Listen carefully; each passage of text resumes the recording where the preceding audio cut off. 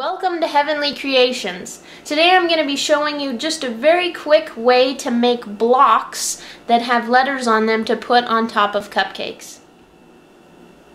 To make the blocks, there's numerous ways you can do this, but one that I've found makes the most concise cubes is to actually roll out fondant as thick as you want your cubes to be, and then actually use a knife and cut the four sides. That way you actually get a straight edge. Otherwise I can't get the corners to be really just sharp corners. So if you cut out chunks, in other words, of fondant, then that gives you a perfect block.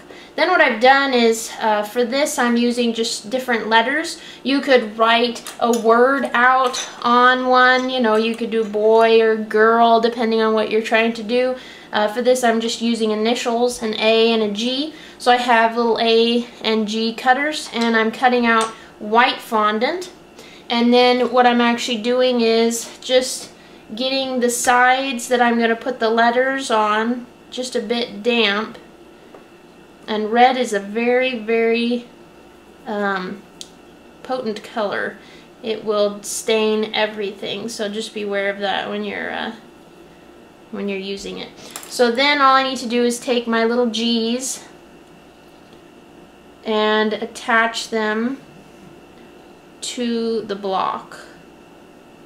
And then I'm just going to put a G on each side that's visible. So each one of these would get a G on each side. And again, you can use any letter that you want, or any color that you want, any color combination, whatever works for you, so that each side of this will then have the letter on it. So that's kind of just a really basic way of making blocks. You could also roll out the fondant that you put on thinner if you don't want it to stand up so much. I kind of wanted it to have some contrast. You could write the letters on with an edible marker as well. You can use these edible markers and write the letter on if you'd prefer to not cut them out of fondant.